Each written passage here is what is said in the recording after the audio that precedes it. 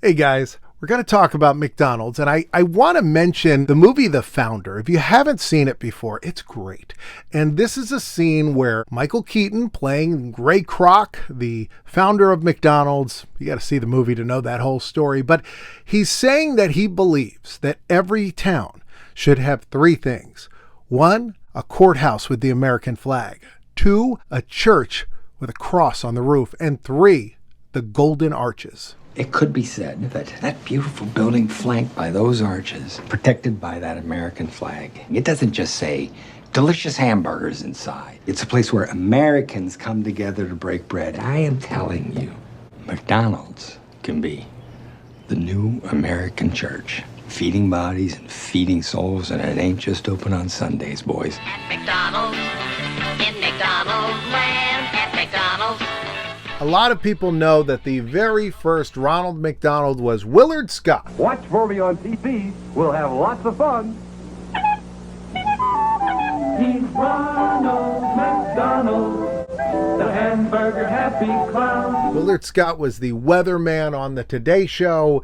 Eventually, when he retired, he was replaced by Al Roker. He was very famous for being a weatherman who would say happy birthday to very old ladies. Every day he would tell you the weather and then say, and happy birthday to Gertrude, who's turning 103 in Boise, Idaho. What most people don't realize about Willard Scott's Ronald McDonald is that when he did those three spots back in 1963, not only was he the original Ronald McDonald, he came up with the entire idea. The Washington, D.C. franchisee owner of McDonald's wanted to do some local commercials to promote the McDonald's business. And so he reached out to the advertising agency of Oscar Goldstein. One of the people that worked on that advertising team was Willard Scott. Now, Willard Scott had worked on television at this point. He had not been a weatherman yet, but he had been a TV clown. He was one of many bozos. Now, back then, Bozo the Clown was a character that appeared in every major market. The most famous one was in WGN in Chicago, but Willard Scott was the Bozo the Clown for Washington, D.C. So, when it came time to make something for this McDonald's burger chain, he thought of the idea of making it a clown like Bozo, and then he came up with the rhyming name of Ronald McDonald. Now, the McDonald's people liked the campaign so much that they decided to bring it national in 1965, but sadly for Willard Scott, they went with a different man to play Ronald McDonald. And since then, there has been a long succession of people playing Ronald in the commercials. They changed the look of Willard Scott's Ronald McDonald, and thank goodness. The first national commercial came out in 1965 during the Macy's Thanksgiving Day Parade, and the next one came out during the NFL Championship game. I mean, I don't know why he would have a cup for a nose. In 1970, Charlton Comics printed the very first Ronald McDonald book of any kind. Was this comic book series. In Thailand, Ronald McDonald poses with a traditional Thai greeting. It's a greeting of respect. Kind of looks like he's praying. It is not a greeting we use in this country, but they use it in Thailand and India. So they've imported this version of Ronald McDonald to India and other areas where they do this to greet each other. Also, what's interesting is in China, they don't call him Ronald McDonald because they feel that kids shouldn't be addressing an adult with such a disrespectful tone as to just say his first and last name. So he's Uncle McDonald. In Japan, he's Donald McDonald because they generally don't use that R sound, and it's very difficult for speakers in Japan to say the word Ronald. But what happened to Ronald McDonald? I feel like we haven't seen him for so long. The McDonald's company has really gone away from him. As a matter of fact, they've kind of gone away from fun in general. The McDonald's locations that used to look so vibrant and colorful and fun now look like a Starbucks, and I don't understand why. A couple years ago, the McDonald's in the UK addressed this on their website by saying, "We're afraid that Ronald McDonald no longer appears in McDonald's UK advertising, but he is still very busy working for us." What is he doing? The downfall of Ronald McDonald probably started with Morgan Spurlock's movie Supersize Me. Now, I don't want to speak ill of Morgan Spurlock because the man is no longer with us, but he made a documentary where he ate McDonald's every day, and he was trying to prove that McDonald's isn't good for you, which everybody, I think, knew before he started. But there were a lot of strange results that he had to his documentary.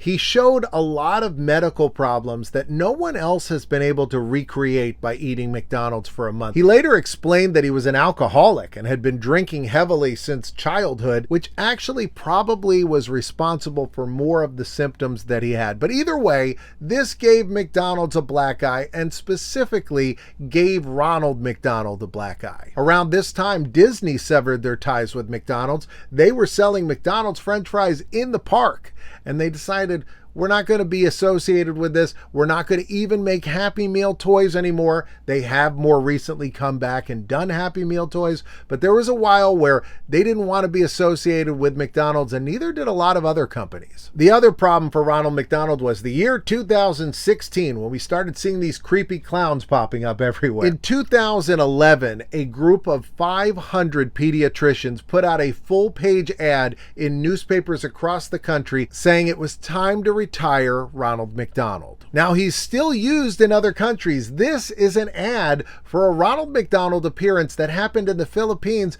just a few months ago. And fear not, Ronald McDonald still appears in the Macy's Thanksgiving Day Parade. In fact, he was in the parade last year. The Macy's parade was interrupted last year. They actually had some protesters right in front of Ronald McDonald's little shoe car. I'm kind of fascinated with Ronald McDonald's shoe car. Not that long ago, I was reading on Reddit about the McDonald's where they shoot all the commercials. It's like a full-size McDonald's. I think it's out in the City of Industry in California. And it's hidden away in the back, like behind a mall, behind like a bunch of warehouses. And then you see this McDonald's, but nobody can eat there. They've got a full kitchen and they can dress it up to show anything. When you see a McDonald's commercial on TV, the odds are it was filmed at this location. They have multiple signs. They can redress it for when a TV studio needs to have a scene in a McDonald's in the 80s. They can redress it to look like that. If you saw those commercials for the Grimace Shake, where they were having Grimace's birthday party, that was shot at this McDonald's. McDonald's has a giant warehouse next door that they store everything they could possibly need, including, according to one of the Reddit commenters, Ronald McDonald's shoe car. Now, I found a crazy video. This is Mick Kids. We're going to take a look at the appearance of Ronald McDonald's shoe car. You'll never believe how this car materializes. So Ronald takes the kids out to the parking lot. Now watch this.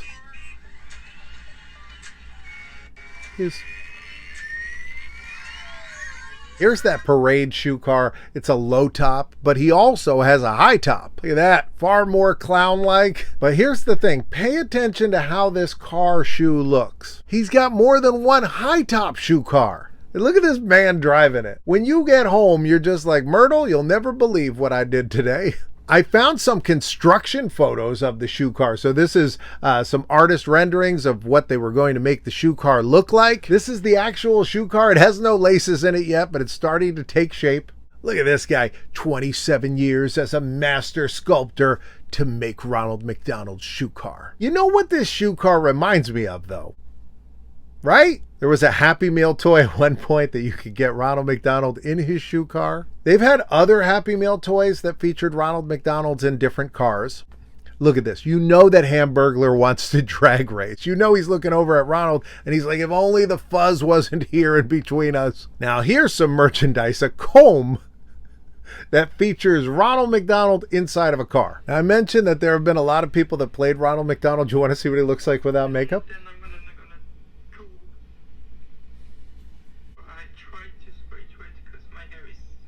Look at this. I'm in North Huntington, PA. There's a Burger King here. It's a Taco Bell here. If I keep spinning around, I am at the Big Mac Museum. I'm going to show you what's inside of the Big Mac Museum. But first, I want to let you know why that museum is actually located in that area. It's because the Big Mac was sort of created in that area. And when I say that area, the Big Mac was actually first created 38 miles away on McKnight Road in Ross Township in the kitchen of a McDonald's way back in 1965. But they didn't first sell it at that McDonald's. They first sold the Big Mac at the McDonald's in Uniontown, which was 72 miles away.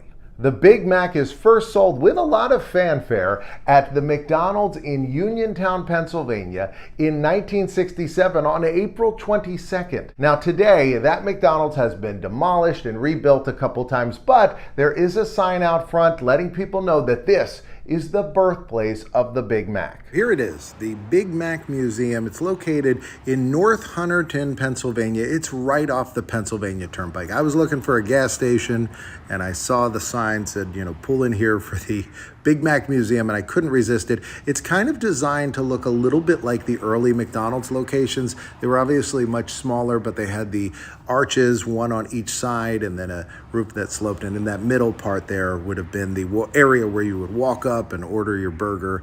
That's actually the play area now, and the world's largest Big Mac is in there. We'll go inside and check that out. This opened in 2007. They were celebrating the 40th anniversary of the Big Mac. They had a big celebration. The creator of the Big Mac, Jim Delgatti, was here, as well as many other dignitaries. And of course, Ronald McDonald was here on that day. Now, the reason that there's such a distance between the location where it was created and the location where it was first sold is because both of those locations were owned by franchisee Jim Delgatti. And there is a statue of him at the Big Mac Museum. Now, Jim was an early franchisee of McDonald's. The McDonald's restaurant originally opened out in California in 1940, but they didn't start franchising until 1955. And 2 years later, he opened his first McDonald's, and it was that one in Uniontown where they first sold the Big Mac. I'm going to show you how McDonald's builds a Big Mac sandwich. It starts here with a lightly toasted bun. The Big Mac cost only 45 cents when it first debuted back in 1967. By 1968, it rolled out to McDonald's all across the country. McDonald's new Big Mac sandwich for the bigger than average appetite. And then it accounted for, in the first year, 19% of all McDonald's sales. And in the Big Mac Museum, they have the world's largest Big Mac. Now, you can't take a bite out of it, and I think technically that means it's not a Big Mac, but it's a big giant plastic sculpture of a Big Mac, and it is the largest anywhere in the world. I had to get a picture with it. The museum also had racer Bill Elliott's jumpsuit. He used to drive in a Big Mac car. He also drove in a McDonald's car, and they also have some of Ronald McDonald's shoes that have Jim Delgatti's face on them. Now, the state of Pennsylvania once had a McDonald's that was dedicated to Bill Elliott completely. They had all kinds of museum exhibits about the race car legend, including 2 of his McDonald's cars suspended from the ceiling. Sadly, a few years ago, they remodeled this museum and turned it into a regular McDonald's because nothing fun is allowed to exist. I'm serious, look at this. This is the McDonald's that was located in Walt Disney World back in 2002. And here it is today. What is going on? Has anybody heard from Ronald? Why are we doing this? Why does every McDonald's look like a Starbucks now? Today, the Eastern Museum of Motor Racing has those Bill Elliott cars that used to be on the ceiling of that McDonald's. They also have a lot of the other museum exhibits that were inside of that incredible McDonald's. Now, that museum is actually located in the state of Pennsylvania, but it's a couple hours from where that McDonald's was. Now, the Big Mac was actually a response to the Big Boy, which was a sandwich served at Bob's Big Boy restaurants and other franchisees. At that point in time, it was possible to have your restaurant serve food from a franchise chain. This happened a lot with KFC, and Bob's Big Boy did this as well. Now, Eat and Park is a chain out in the Pittsburgh area. We actually ate there on this channel when I was coming back from the A Christmas Story house, but they would serve the Big Boy, which was a lot like a Big Mac. Jim said that inventing the Big Mac wasn't exactly like inventing the light bulb. He said it was more like picking up a light bulb and screwing it into a socket.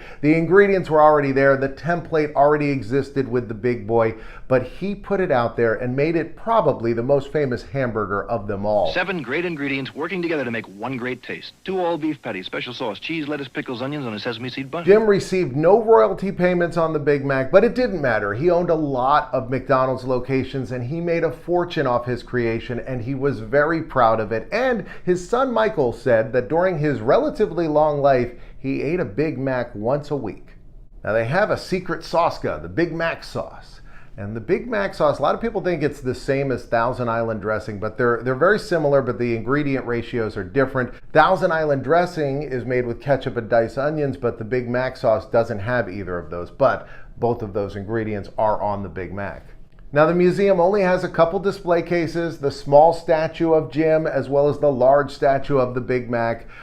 It is very cool to look at while you eat. Kind of a fun place to visit if you're looking for a quick lunch. Also, they had some stuff with Speedy, the original mascot for McDonald's, as well as Mac Tonight. McDonald's once had a promotion where if a rapper rapped about a Big Mac, they said they would give him $5 for every single time that rap song played on the radio. Get a Mac Pack at McDonald's. You get a Big Mac sandwich and regular fries and an icy cold drink that's medium size. For $1.99, it's a real deal. For $1.99, it's a real meal. I think this was a clever ploy by McDonald's to get rappers to rap about how much they love a cop. Now, I was traveling down the Pennsylvania Turnpike, coming back from Ohio to New Jersey, and then now I'm down in Raleigh, North Carolina. I saw that sign for the Big Mac Museum. I realized the reason they put it there is because it's right on the Turnpike, and Jim owned that McDonald's. They opened that museum in 2007, and they did it with a lot of fanfare. Jim was still around at the time, and so he was there.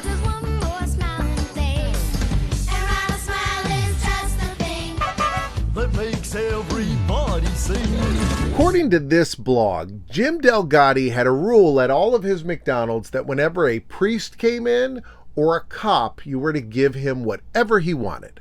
The local police captain said that Jim was friends with all the cops and that they would arrive towards the end of the day when McDonald's was getting ready to close and they had all the extra food and they could take enough food home for their entire family. This got tiring for most of the cops, with one exception. Ronald Cuts Curry. He got his nickname Cuts because he was very fond of eating cold cuts. Legend has it that one night Cuts was finishing up patrol the very end of the night and he arrived at McDonald's and he said, "Hey, give me a burger, throw an extra patty on it, put some pickles, put onions, put everything you got on this burger." And he took it, picked it up, took a big bite and said, "Man, now that's a Big Mac." And because of this moment, some people credit Curry with being the inventor of the Big Mac. Now, this story was confirmed by Curry's son on a blog that he posted just after Jim Delgatti passed away. So the claim is that the inventor of the Big Mac was a cop.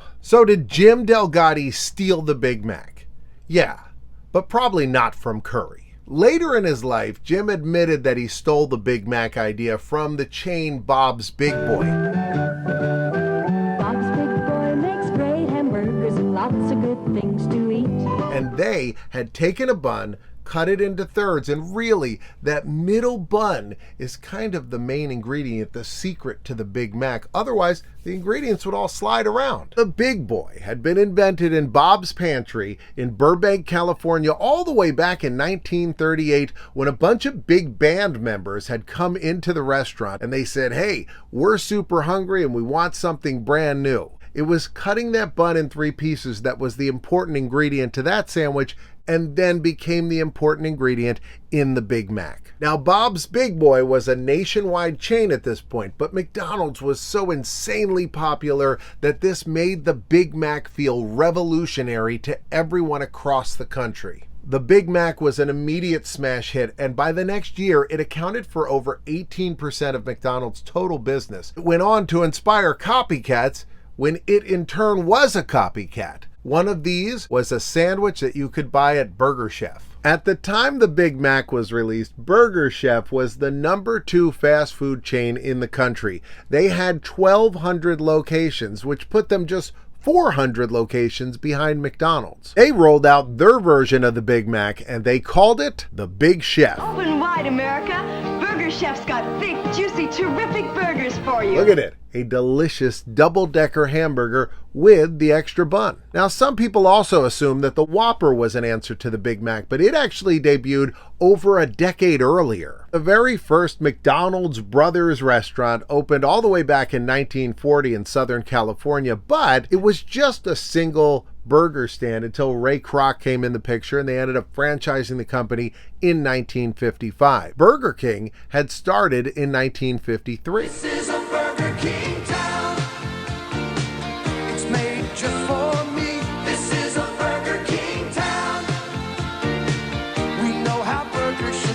I love this vintage ad. Got a minute? Get a meal. This is from 1998. They were one of the first companies to do the prank April Fool's Day, and in the newspaper they put out a giant full-page ad that they had released a left-handed Whopper where they had put all the ingredients in a manner that if held with the left hand rather than the right hand, it would taste better. And in 2022, for Pride Month, they introduced a Pride Whopper where you had 2 top buns or 2 bottom buns. I'm not making this up. That's a real... Ronald, see you tomorrow. Now in 2019, they actually made an answer to the Big Mac, which they called the Big King. Burger King also had a double supreme burger, which had a middle bun, back in 1997, and they did a series of commercials directly trolling McDonald's. They had one commercial where they had a big guy named Mac, and he tried their burger. They don't call me Mac because I drive this truck, and they don't call me Big because I like small portions. So when they said, Big Mac, you got to try this new double supreme burger, I was all mouth. They also had another commercial where a young man was talking about how wonderful this burger was and just gushing and singing the praises of it until it pans up and you reveal his hat. He was a McDonald's worker. But you know, this was 15 years after McDonald's had sued Sarah Michelle Gellar for doing a Burger King commercial. In the commercial, a 5-year-old Sarah Michelle Gellar lets out the claim that Burger King has 20% more beef in their burgers. And the commercial was revolutionary because she was calling out their competitor by name. This was something that was not done back then. McDonald's didn't sue Burger King, though. They sued her directly, which is bizarre. This reminds me of the commercials that played in 2014. Taco Bell had just rolled out their breakfast menu, and so they hired a bunch of guys named Ronald McDonald to try their food. By the way, McDonald's actually lost the exclusive rights to the name Big Mac in Europe this year. And it's because of Supermacs. This is a fast food chain out in Ireland that opened back in 1978, which was 1 year after McDonald's had expanded out into Ireland. Now, McDonald's took issue with Supermac using the word Mac on their menu for different sandwiches. So they went to the court of Ireland, and the court found that McDonald's wasn't protecting the term Mac with regards to any sandwiches other than burgers. So they could use Mac for a fish sandwich or chicken sandwich, but they couldn't use it any longer for their burger, which they had been calling the Mighty Mac. So you could go there now and order a big chicken Mac or a big fish Mac. Sounds like Big Fish Smack. Now, over the years, McDonald's has had some variations on the Big Mac, including the Little Mac. Wasn't he from Mike Tyson's Punch-Out? As well as the Double Big Mac, or it's also known as the Big Big Mac. In Japan, they have the Giga Big Mac. Over at the Japanese Burger King, they once had a Windows 7 Whopper to promote Windows 7, and it had 7 beef patties on it. And in Thailand, Burger King has a real cheese burger, which is just 20 slices of cheese. This is the kind of thing you see on Facebook, and then when you click in the comments, even though it says it's in Thailand, every comment says, America. It's a real cheese burger. I'm into nuggets, y'all. I'm into nuggets, y'all. I'm into nuggets, y'all. I'm into Chicken McNuggets introduced in the late 70s in some markets, and then they started rolling them out throughout the early 80s till about 81, 82 in just select areas. And they were so popular, everybody had to get their chicken nuggets. So they had a supply chain issue, kind of like Popeyes did when they had those chicken sandwiches that were so popular. But this was only in select markets. Then, 1983, they introduced it to the world with this commercial. Ooh, chicken McNuggets. Ooh, McNuggets. McDonald's McNuggets. A McNugget is a boneless chunk of tender tasted chicken with 4 kinds of sauce to choose especially for dipping. Barbecue, Hot mustard, sweet and sour, honey too. 'cause you deserve a break today. With chicken cooked the McDonald's way. Ooh, McNuggets. Chicken McNuggets. That might be the worst song I've ever heard. It's chicken. So after this, they introduced the nugget sizes. So you had 3 sizes, including, pour one out, for the long-forgotten 9-piece. Let's take a look at that. Mustard, sweet and sour, honey and barbecue. 4 sauces made especially for dipping. Could it be 6, 9, and 20 McNugget sizes? What is this, a test? Chicken McNuggets. People come for them in cars, on foot, even on their knees. On your knees. Get on your knees and buy your nuggets. On foot, even on their knees, and they all come to one place, McDonald's. McNuggets, McDonald and you. Now, in the commercials, they even told you which size you needed for which time of day. One of the nice things about McDonald's Chicken McNuggets, those hot, tasty pieces of boneless chicken, is that they're packaged in sizes for every appetite. Let me illustrate. Enter the 6-pack. A logical lunch.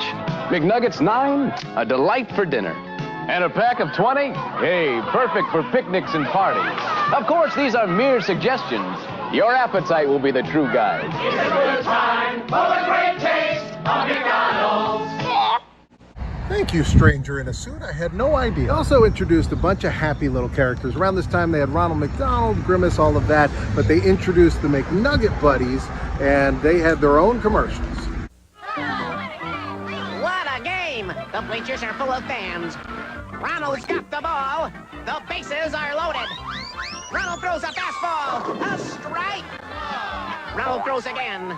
It's a pop-up. I got it. There's a dive for the ball. The runners slide for home. Safe at home plate in the barbecue sauce. Now that's what I call a big hit. Good time, great taste of McDonald's. Now, originally it only had 4 sauces. They've added a whole bunch since then. You guys remember the whole Szechuan Rick and Morty sauce thing. But they originally just had the 4 sauces, and it was really like 3.5. We'll get into that. And today, when you order a 10-piece, because you can't get a 9-piece, you get a choice of 2 sauces on their app. But if you scroll over to the condiments, you can order as many sauces as you want. I'm not going to go crazy, but I'm going to see if they'll give me all 4 for the price of one 10-piece.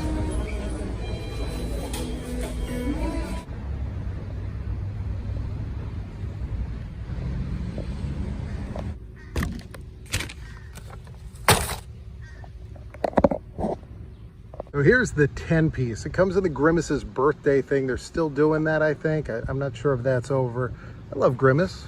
I love birthdays. Here's the thing about the 9-piece, right? When you had the 9-piece, you had so much more variety. You had 6, you had 9, you had 20. Now you have 6, you have 10, you have 20. Let's say before you wanted to get 15. What do? You get a 6-piece and a 9-piece. Now you can't get 15 unless you buy 20 and sell 5 of them to somebody else. Let's say you want to have 29 nuggets because you're like 30. That'd be gluttony. Okay, no problem. You get a 9-piece and you get a 20-piece. You get 29 nuggets. How about it's somebody's 18th birthday? Get them 2 9-pieces. What about it's Easter time? To celebrate Jesus' death and resurrection, you want to get 33 nuggets to be the exact number of years that he spent on this earth. You get 6, 6, 6, 6, and then a 9. Add all that together, you got 33. Now you could never get 33. So if you need a weirdly specific number of nuggets, this isn't helping. Here's one of the first ads for the McNuggets. McNugget Mania is here. They got your 20-piece, you got your 9-piece, you got a 6-piece. What is this? I don't know. Oh, that's supposed to be the sauce. I thought that was some weird logo on the box. And they tell you the 4 dipping sauce. Here's the honey. This is the half a sauce I was talking about. Much thinner and smaller than the others. Let's put the original packaging right here. Here's the barbecue. They're always trying to push you on the barbecue. They always want to give you barbecue. I don't know what Big Barbecue is doing that they're making such a deal. Let's put the original barbecue over here. Sweet and sour. This was the most unusual one when I was a kid. It was a flavor we weren't really that used to. Very common in Asian foods, and really chicken nuggets, they're kind of like a lot of those Asian dishes, like your sweet and sour chicken and stuff. All right, here's the final one of the original bunch. the hot mustard. Again, let's put the original over here. The hot mustard is my favorite. They got rid of this for a while, maybe about 5 years ago, and then the public outcry was too great, so they brought the hot mustard back. It was in 2003 that they launched the campaign to go to this 10-piece, and this is the actual ad for it. It says, "Yup, I'm a man now." We've got this dude. McDonald's Chicken McNuggets made with all white meat. So they switched to the all white meat. They have big tender taste that let the world know I'm all grown up, but I want to keep my new rep. I guess I'll have to do something about this hat. This is the dumbest thing I've ever seen. So anyway, they were changing from having two types of nuggets. At the original time, you'd get your white meat nuggets and your dark meat nuggets. They said, hey, to make it healthier, we're going to go all white meat. And at that time, they figured, why not? Let's switch it up from 9 to 10. But again, I'm missing the 10-piece. And I think this hat is a fine hat. That's not the problem, is the way he's wearing it. Here are the 4 shapes of nuggets. They're pressed into different shapes.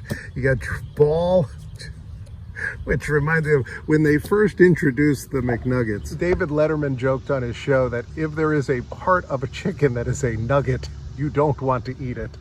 The next one is the bell, which I guess is taco flavored. Then we have, usually they're boneless. This one's the bone. I don't know, that one confuses me. And then we got the boot. This is the one that's the most familiar to me. Let's see what we got here today in the box. Let's match them up. We got, it looks like a ball. It looks like a bell. There's a bone. Another bell. It's a boot. See, they're all, and this is the same all around the world. Wherever you can get, it's probably there. Probably that one again. Wow, look at this. We only got one ball. They gave me all 10 nuggets. I tried to get 9. First, I tried to order and told them to throw one away, but then I thought that was a bad idea. So then I tried asking them to give it to their pet, but then I thought, well, what if they got like a turtle or something? He's not going to be able to eat this. So I told them, just give me all 10. Here's the original tray liner that you would have gotten when they first came out. And here's your original sauces. You got your barbecue, your sweet and sour, your hot mustard, and then your little tiny honey. Look at that. Look at how little your honey is. So much smaller. As a kid, I always liked this one, but then you'd get it and you'd run out after one nugget. Okay, they tell you on here the ways to do it. So the first way you could do it is you could dip your nuggets. So dip, dip, dip, dip, dip. That's for people that like to nibble. Second way is the slam dunker. So I guess that's just like, yeah, I'm very aggressive for no reason with that. So that's way number 2. And then way number 3, I find very confusing, the big splash. So let's see, the big splash, I gotta drop it. Nope, drop it from a height. Oh, there we go. Let's try again. So I'm now gonna eat my lunch. I don't want you to watch me eat, so I'll see you in 1 second. All right, it was a good lunch, and I am down to 1 nugget. McDonald's, I don't need this nugget, it's too many. I'm full, I couldn't eat 1 more nugget. Could we please, next time? Could it be 6, 9, and 20 McNugget sizes? Give me back that Filet-O-Fish. Give me that fish. Give me back that Filet-O-Fish. Give me that fish. Lou Groen, he owned 43 McDonald's located in the Ohio and northern Kentucky area. Now, he had a lot of Catholic customers coming to his McDonald's, and he needed something for the Catholics who were abstaining from meat on Fridays during Lent. Now, this is Ray Kroc, who had purchased McDonald's 1 year before Mr. Groen approached him with the need for a different sandwich. Now, Ray was very particular about the McDonald's menu, didn't like substituting anything, and they had only served burgers. No chicken sandwiches, no anything else. Huh? What is that? It appears to be a hamburger. Not a McDonald's burger, it's not. Look at all that ketchup. You got 3 pickles on there instead of 2. And look at that, lettuce. I don't know, Ray. Looks good to me. What the hell do you know about quality? I was by your restaurant today, too. You got corn on the cob, you got fried chicken. People love fried chicken. Do they? Well, then let them go somewhere where they serve fried chicken. Ray made a deal with him. They were going to try 2 different sandwiches during Lent and see which one sold better. One of them was the hula burger. This was Ray's invention. It consisted of a ring of pineapple, slice of cheese on a cold bun. The other product was a steamed bun with a crispy fillet of fish on top of it, some tartar sauce, and 1 slice of American pasteurized cheese. When I was a kid, the closest you could get me to a fish was the aquarium. Now, thanks to McDonald's, I'm the expert.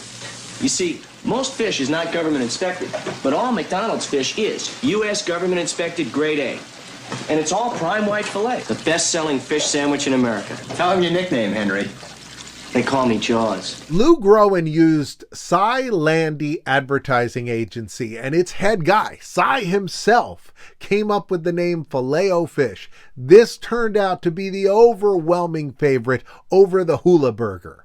This is an employee pin and a customer pin, almost a matching set like you were going steady in high school. Now, if you look at the Feaster one, that is an old type of pin that would just fold over and you'd kind of clip it to your collar area of your shirt. Those are a real throwback. You never see those anymore. The very first kids meal ever offered at McDonald's was Captain Crook's Sea Bag. This predated the Happy Meal, and it consisted of a filet of fish sandwich, an order of fries, and those delicious McDonald Land cookies. Ronald McDonald in Lunch with the Captain. Captain, let's both work together and get this boat in the water. Right. But first, a filet of fish sandwich. But Captain, you let go of the rope. That's trouble. Trouble for Ronald. A succulent seafood sandwich.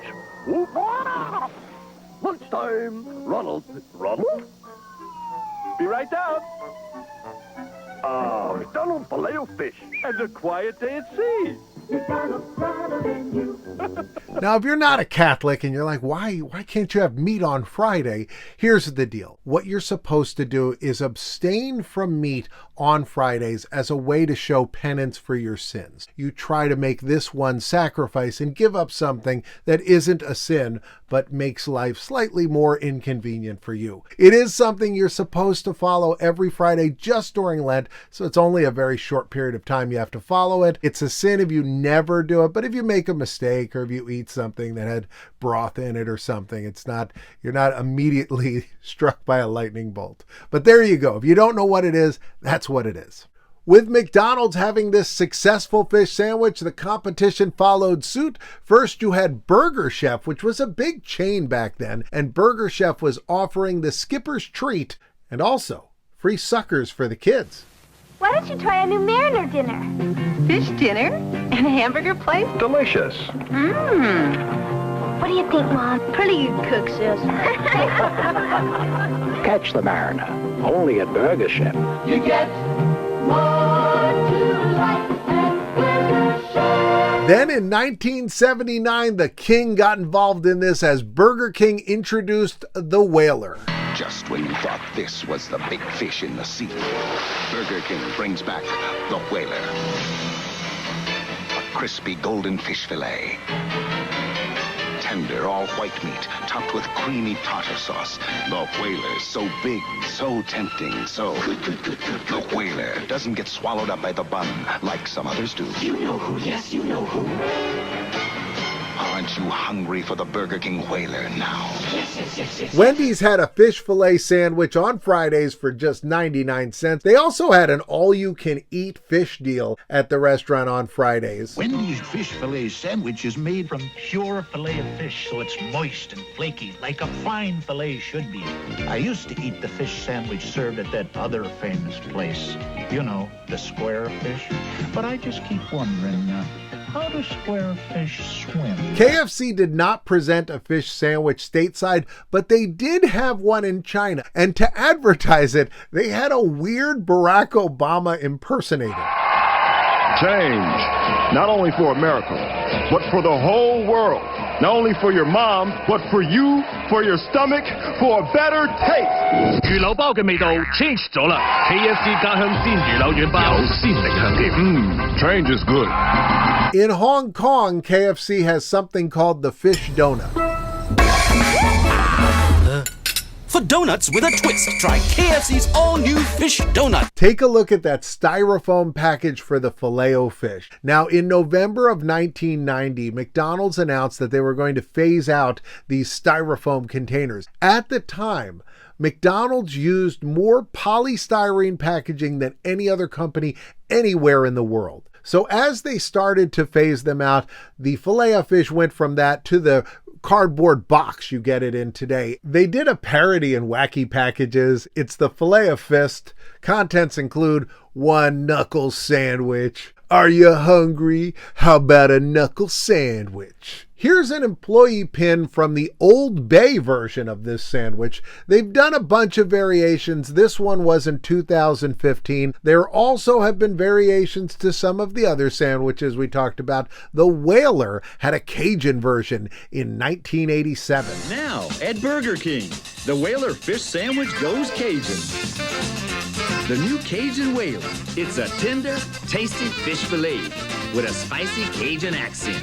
You guys have probably seen this meme. They do use like a weird half slice of cheese. I think it's the same cheese that they use on their breakfast sandwiches, and the problem is this sandwich is so much bigger, so it always looks like you got half a slice of cheese. Your first bite half the time doesn't even have any cheese in it. In the early 2000s, McDonald's put out a Filet-O-Fish card game. You remember the good old days of the McDonald Land playground? They used to have this outdoor playground with hard metal equipment that you would play on, including those rockers that you'd get on and you'd do this. This one is a Filet-O-Fish. I want to show you something. Behind me on the wall, I've got a big mouth Billy Bass. Give me back that Filet-O-Fish. Give me that fish. Give me back that Filet-O-Fish. Give me that fish. What if it were you hanging up on this wall? If it were you in that sandwich, you wouldn't be laughing at all. So give me back that Filet-O-Fish. Give me that fish.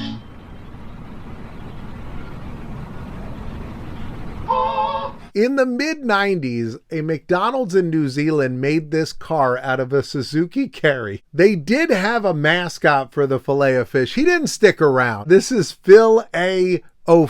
I guess he was Irish. I love looking at some of these foreign commercials because they're so interesting. In 2008, they did a commercial for a double Filet-O-Fish featuring Mac Tonight. Double. Come down to Mac tonight.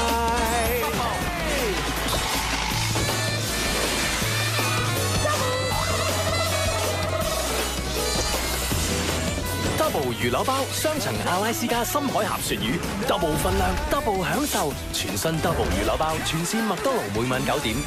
Huge shout out to everybody on Patreon. For just $3 a month, you can join, and for that price, I will send you a postcard in the mail every single month.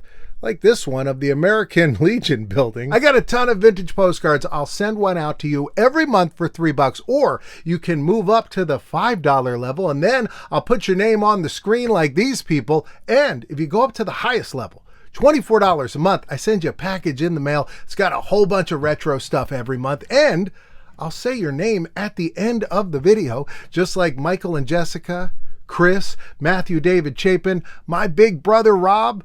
You can be right on that list, and if you want, I'll say the name of your YouTube channel. That's great advertisement for the cheapest price I could imagine. I must to McDonald's. When I order a regular burger at McDonald's, they make it with 20% less meat than Burger King. That Sarah Michelle Gellar story just always was interesting to me. Just the idea of McDonald's just suing this little girl. I love also fast food lawsuits. There's a very good one that I found absolutely fascinating. Burger King did a commercial and Mr. Rogers sued them. This is a crazy story. I thought when I heard this, I was like, Mr. Rogers, I bet that's the first time he ever sued anyone. Then I started looking. He sued a lot of people. And so I kind of put together all the Fred Rogers lawsuits, put them all in a video that you can watch up here. Otherwise, this is the one that YouTube says is best for you. And I've got a second channel now. I put a vlog up there showing what I saw when I was in Raleigh and Columbus recently. So if you want to see that, you can click there. And I'll see you next time.